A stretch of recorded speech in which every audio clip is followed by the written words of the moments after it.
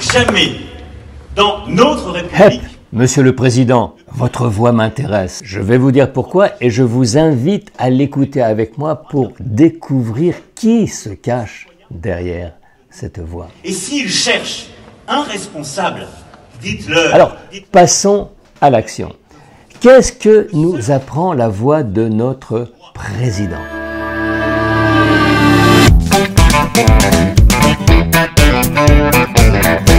Bonjour, je suis Jean Sommer, le coach de la voix et de la prise de parole en public. L'analyse qui suit n'est pas un diagnostic et encore moins une vérité finie.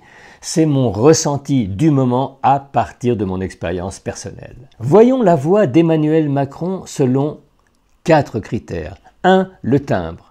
2. L'élocution. 3. La portée. Et 4. Le caractère. Voici l'extrait d'une interview de septembre 2016. Je ne suis pas en train de faire une carrière. J'ai d'ailleurs jamais cherché vraiment à faire une carrière. Le timbre est celui d'un homme jeune, un timbre qui équilibre les graves, les médiums et les aigus. J'ai d'ailleurs jamais cherché vraiment à faire une carrière dans ma vie. Avec quand même plus d'aigus que de graves dans la voix, ce qui lui donne ce ton un peu léger, fragile, encore adolescent. J'entends aussi dans cette voix quelque chose de romantique, comme un écho à d'autres voix d'un autre temps qui, pour moi, m'évoquent la voix de Gérard Philippe, par exemple, ou celle de Jean-Louis Trintignant jeune. Des voix au bord de la crise qui mixent une part de féminité, de force mâle et d'exaltation. Écoutons la même voix 2 ans plus tard. Je ne parlerai pas d'un pouvoir solitaire. Je parlerai d'une responsabilité, celle du chef des armées, qui est définie. La voix a gagné en maturité, en profondeur et en fermeté, une voix mieux timbrée, plus décidée, même si le contexte n'est pas le même. Ça peut vous déplaire, mais c'est le cas. Avec plus de grave et de densité, sans doute le double effet de l'exercice du pouvoir, bien sûr, et du travail avec un coach.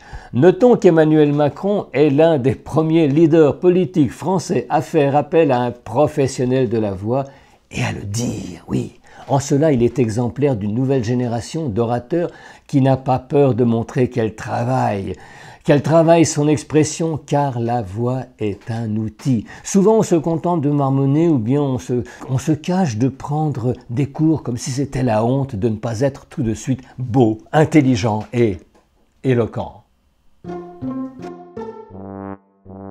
Il y a une chose que tout président de la République sait.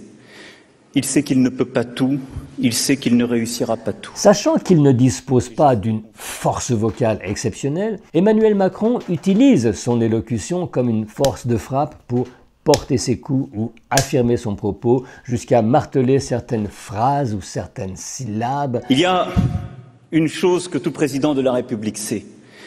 Il sait qu'il ne peut pas tout, il sait qu'il ne réussira pas tout. Il fait un gros effort sur soi aussi pour compenser un petit zozotement. Résultat, une élocution claire, précise, impactante, mais parfois presque mécanique, en tout cas contrôlée. Le visage participe peu, les mâchoires restent assez serrées, les mouvements de la bouche et des lèvres sont comptés, bref, une expression mesurée, et le corps n'est pas ou peu impliqué. D'où une parole propre et bien repassée qui semble sortir tout droit de sa boîte. Je sais que je ne peux pas tout, je sais que je ne réussis pas tout. Alors que faire pour ajouter de la chaleur à cette voix? Pour cela, il faut donner du temps au temps et surtout du temps à la mélodie intérieure de la parole pour moduler. Je pense en particulier aux voyelles.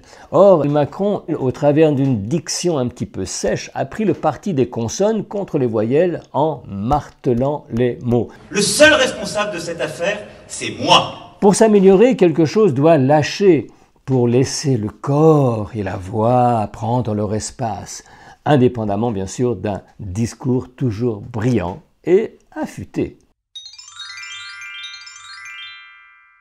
J'aurais pu intituler ce paragraphe « Du romantique au politique ». Une transcendance, oui. Quelque chose qui dépasse, qui vous a précédé et qui restera. Le fait que Macron ait parlé de spiritualité dans une autre vidéo n'est pas anodin, surtout qu'il associe cette notion à la notion de mission. C'était avant son élection. De mission à missionner, il n'y a qu'un pas, et c'est le pas intérieur qu'il a franchi en devenant l'élu, le plus haut, l'inaccessible, avec une parole qui fait un peu parfois la leçon, avec une forme de sympathie un peu condescendante, un sourire distant, une voix politiquement correcte, mais sans beaucoup d'émotion. Dans le mandat qui est donné démocratiquement par le peuple au président de la République. L'émotion, quand même, on la retrouve avec une certaine maladresse ce fameux jour du 10 septembre 2016, lors de son meeting à la porte de Versailles. Ah, Macron se met à hurler. Parce que c'est notre projet! Oui, souvenez-vous de ce jour où Macron le raisonnable a croisé Macron le fou, le délirant. Quand soudain, dans un moment sublimé, quelque chose d'énorme s'est emparé de lui comme un alien ou un tsunami intérieur qui l'a débordé au point d'exploser ses limites, comme la grenouille qui voulait se faire plus grosse que le bœuf.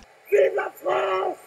Macron hurle avec un bruit, un hurlement qui vient de la gorge, qui vient d'un de ses os et qui excède ses capacités physiques. On le voit sur la vidéo où la moitié haute du visage semble regarder la moitié basse en lui demandant « mais qu'est-ce qui se passe?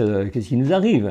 Voyez la différence avec une vraie gueulante qui emporte tout le visage, les yeux exorbités, c'est le cri des All Blacks. Cet instant où Emmanuel Macron s'égosille a souvent été moqué et repris sur tous les médias.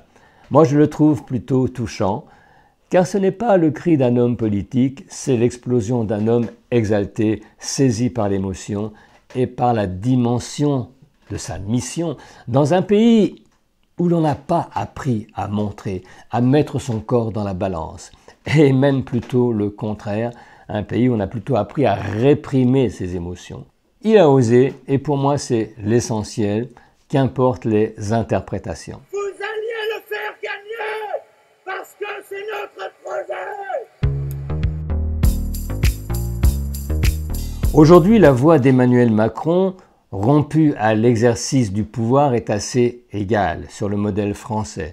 Une voix intelligente, raisonnable, une voix agréable, vibrante, claire et bienveillante, qui porte une volonté pédagogique.